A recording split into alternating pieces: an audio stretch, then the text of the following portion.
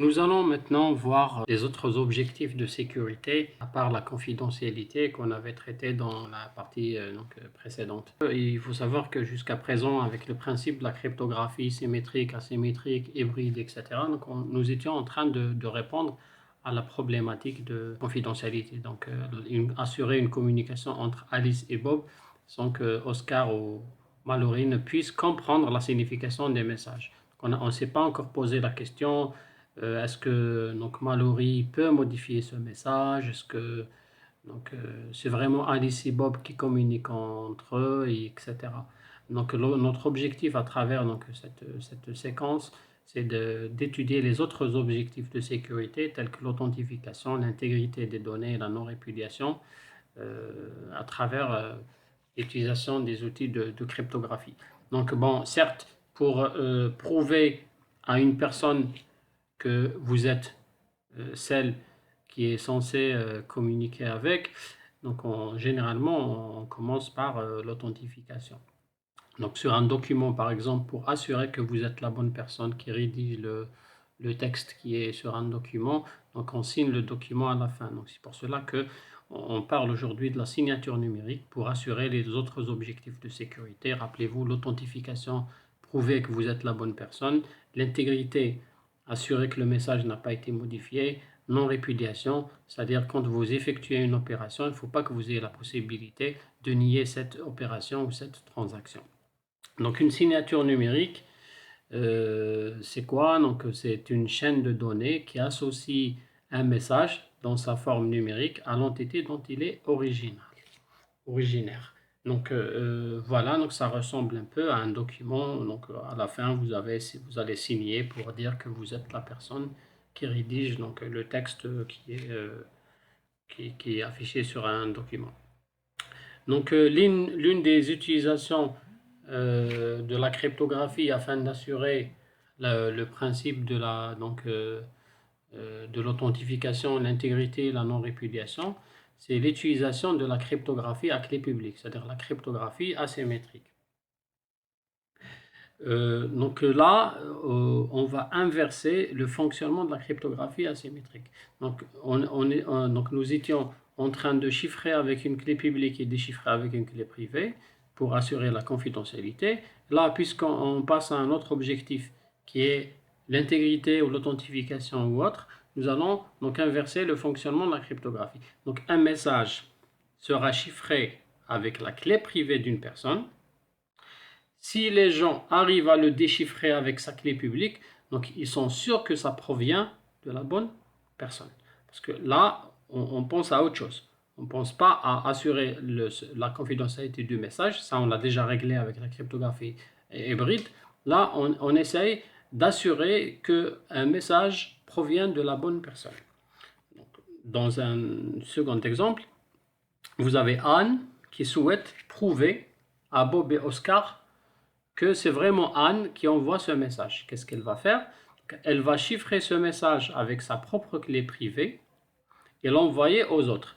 Si les autres arrivent à le déchiffrer par la clé publique de Anne, donc ils sont sûrs que ça provient de Anne, parce qu'elle est la seule qui peut chiffrer le message avec sa propre clé privée. Vous allez me dire, mais si le message chiffré avec Anne peut être déchiffré avec tout le monde, donc où est-ce qu'il est, l'intérêt? Ben, je vous dis, notre intérêt, ce n'est pas que le message reste confidentiel, mais c'est d'assurer qu'il provient de la bonne personne.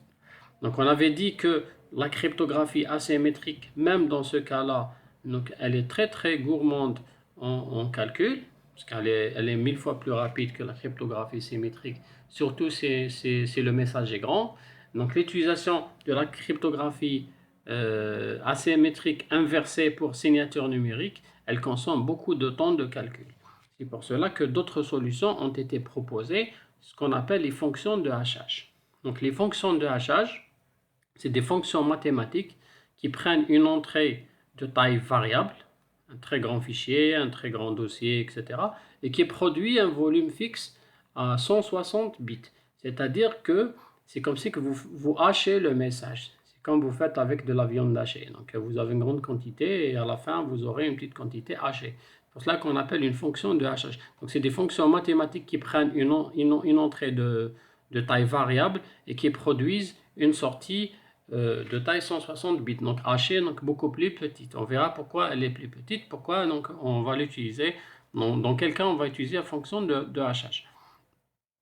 Il faut savoir que si vous avez deux messages qui sont très similaires, c'est-à-dire qui sont presque pareils, vous changez uniquement un seul caractère, ben, la sortie de la fonction de hachage sera carrément deux sorties différentes qui n'ont rien à voir avec. C'est-à-dire c'est pas le fait que les documents non très se ressemblent que la sortie sera que les deux documents sortis se ressemblent aussi. Non, donc c'est vraiment aléatoire. On peut les utiliser par exemple pour cacher les mots de passe des utilisateurs.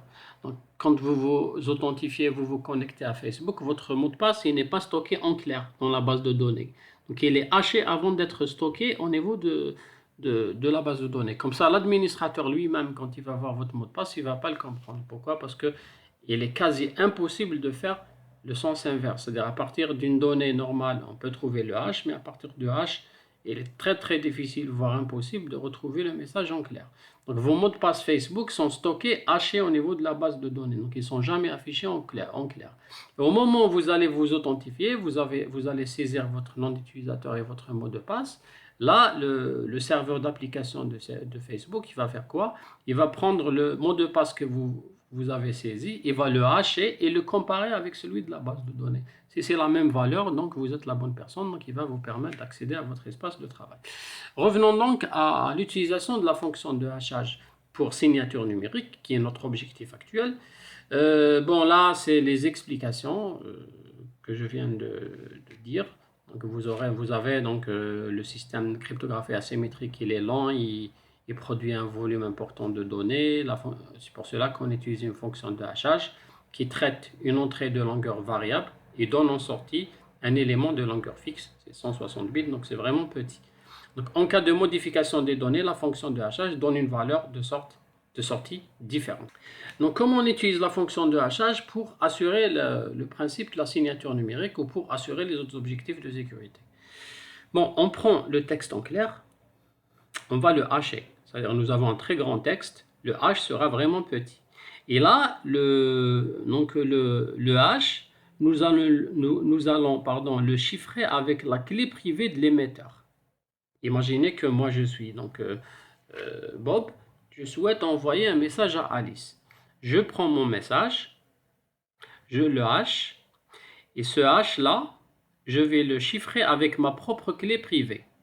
Et j'envoie les deux, c'est-à-dire le texte avec la signature.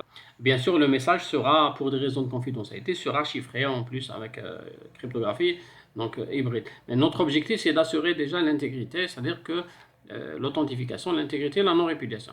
Donc, qu'est-ce que je vais envoyer à Alice? Donc, je vais lui envoyer le message avec une signature qui contient donc le hash du message plus qui est chiffré avec ma clé privée. Donc à la réception, Alice, qu'est-ce qu'elle va faire? Elle va récupérer la signature, donc qui est celle-ci. Elle va déchiffrer cette signature avec ma clé publique. D'accord? Et elle va retrouver le hachage. Donc qu'est-ce qu'elle va faire? Le message reçu, elle va le hacher encore une fois et comparer les deux valeurs. Si elles ont la même valeur, ça veut dire quoi? Ça veut dire que le message n'a pas été modifié, parce que si le message a été modifié au cours du chemin, son hash sera différent de celui-là. Et ça provient de la bonne personne. Pourquoi? Parce qu'il est chiffré avec ma clé privée, donc il n'est déchiffrable qu'avec ma clé publique. Et troisièmement, si jamais plus tard, moi je vais dire que ce n'était pas moi qui avais envoyé le message, je ne pourrai pas le faire. Pourquoi? Parce qu'il a été signé avec votre clé privée qui est censée vous appartenir à vous uniquement. Voilà donc l'utilisation de la fonction de hachage. Vous allez me dire, mais on a utilisé la cryptographie asymétrique. Je vais vous dire oui. Pourquoi? Mais elle a été appliquée sur un petit message, parce que de taille vraiment petite. Tout à l'heure, notre exemple, c'était utiliser la cryptographie asymétrique pour chiffrer tout le message qui est très grand, qui consomme beaucoup de calcul. Maintenant, la clé privée, j'ai chiffré avec uniquement le hash qui est petit. Donc ça ne va pas vraiment prendre beaucoup de temps. Voilà donc comment on assure les autres objectifs de sécurité à travers Donc, l'utilisation des signatures numériques par fonction de hachage et cryptographie asymétrique. Donc, les fonctions de hachage les plus utilisées aujourd'hui, donc on retrouve MD5 et SHA-1. Donc, vous pouvez même les voir si vous accédez à votre espace SGBD MySQL par exemple. Vous allez voir que quand vous saisissez des données, il vous propose de les enregistrer sous forme de fonctions de hachage, sous forme MD5 ou les autres normes utilisées. Voilà.